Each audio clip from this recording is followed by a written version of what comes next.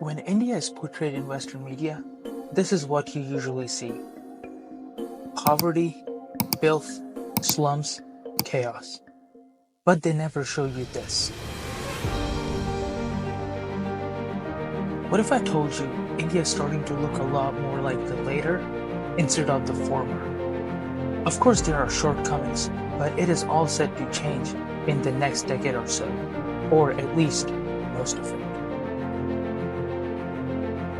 Hello and welcome to my channel.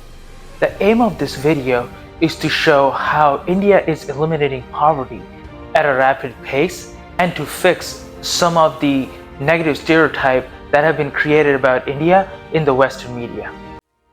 In July of 2023, the United Nations Development Programme UNDP published a report indicating that India's multidimensional poverty rate dropped to 16.4% in 2021 from 55% in 2005. In 2005, population of India was 1.15 billion, and 55% of that is approximately 635 billion. And in 2021, total population went up to 1.4 billion, and 16.4% of that is approximately 230 million. That means an approximate of 400 million people were either uplifted or prevented from going into poverty, which is more than population of the US and Canada combined.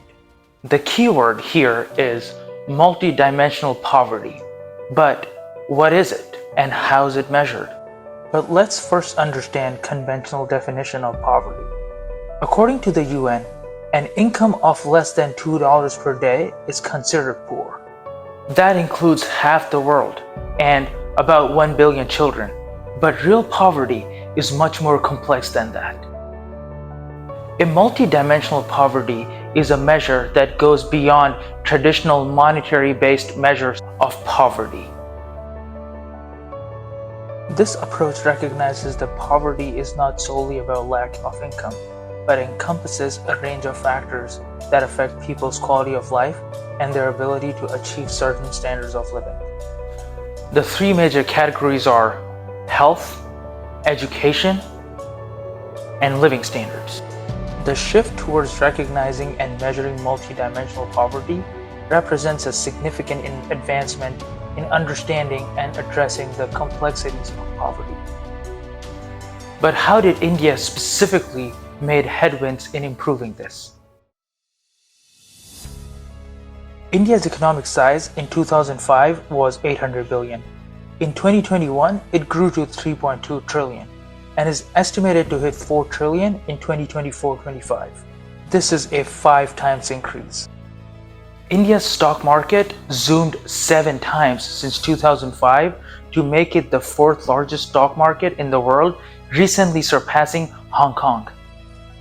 It has also tripled its GDP per capita, which is contributing to job creation, increased income, and improved living standards.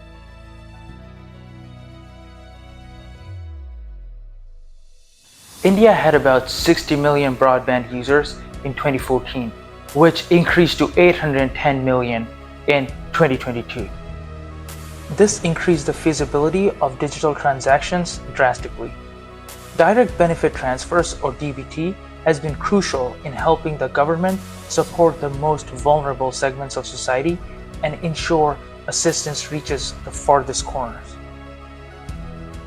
This helped in eliminating the middleman, which was originally in charge of disbursement, and a lot of the benefits would fall prey to the middleman corruption.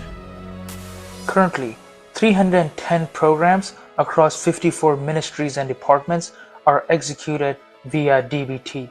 During the COVID-19 lockdown, over 5 billion was disbursed to about 160 million beneficiaries through direct benefit transfer. Technology played a central role in India's COVID vaccination campaign, with the COVID vaccination serving as a comprehensive resource for scheduling vaccinations and obtaining vaccination certificates.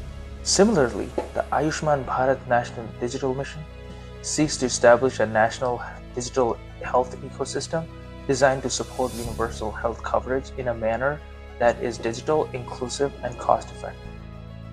The education sector has embraced digitization by adopting various learning applications, digital platforms, and e-learning portals. Currently, 99.8% of ration cards in India are linked with Aadhaar, enhancing the accuracy of beneficiary targeted in the public distribution system. One Nation, One Ration Card implemented throughout the country is now benefiting 800 million beneficiaries. This scheme allows beneficiaries to access the entitled food grains from any fair price shop in the country using their ration or Aadhaar card with biometric verification. So now we see how digitization has helped with health, food security, and education, which are important aspects of multidimensional poverties. But here are some other ways India is uplifting its poor.